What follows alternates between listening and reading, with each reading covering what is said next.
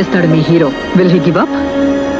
గాయపడిన సింహం నుంచి వచ్చే శ్వాస గర్జన కన్నా భయంకరంగా ఉంటుంది. మళ్ళీ వస్తాడు నా సలార్.